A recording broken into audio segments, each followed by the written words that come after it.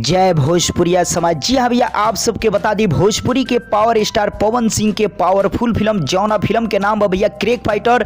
जौना फिल्म के ट्रेलर के आप सबके बड़ा ही बेसब्री से इंतजार बा। आप बहुत बार कमेंट में पूछ भी बनी कि ट्रेलर कब रिलीज होता, और भी आपके बता दी बहुत बार ट्रेलर के रिलीज डेट आयल और चेंज भी हो गई। लेकिन भैया अब आप सबके बता दी फाइनल रिपोर्ट आ गई बा कि ट्रेलर कब रिलीज होकल बा, कितना बजे रिलीज होकल बा, कौना तारीख के रिलीज होकल बा। जौन की भी एकदम ऑफिशियल रिपोर्ट 100% ना 1000% रियल रिपोर्ट लेके आइल बनी। और आपके बता दी भैया ऑफिशियल रिपोर्ट के प्रूफ भी लेके आइल बनी, जौन की वीडियो में आप सबके देखे के मिली। जी हाँ भैया, 100% ना 1000% हम आप सबके एकदम असली सच में के रिपोर्ट लेके आइल बनी, जौन की प्रूफ के साथ, जौन की आप सब एक वीडियो में देखें।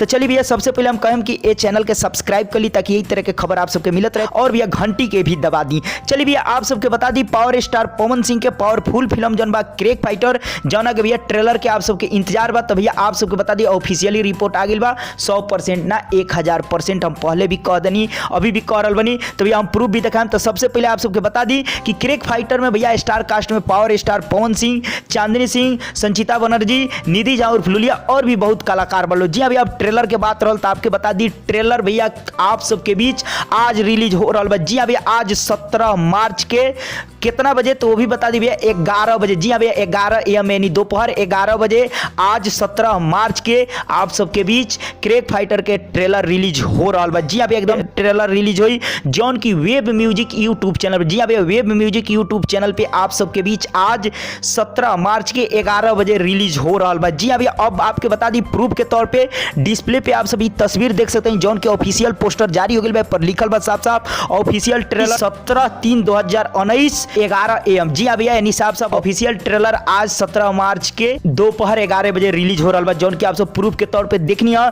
तो भैया आप सबके बता दी कि अब खुश हो जाए बहुत जल्द आप सबके बीच, यानी आज ही ट्रेलर रिलीज होता है 11 बजे। तो भैया हमारा विश्वास बा कि आप सबकी रिपोर्ट बहुत ही अच्छा लागल और आप सब बहुत खुश हो गए। तो भैया कमेंट बॉक्स में बताइए कि आप सब कितना खुश बनी ये रिपोर्ट जान के कि ट्रेलर आज रिलीज हो रहा बा। जरूर कमेंट बॉक्स में बताइए। चलते चलते वीडियो को लाइक कर दी, शेयर भी कर दी, और भैया कम चैनल के जरूर सब्सक्राइब कर दी और घंटी पर जरूर दबा दी।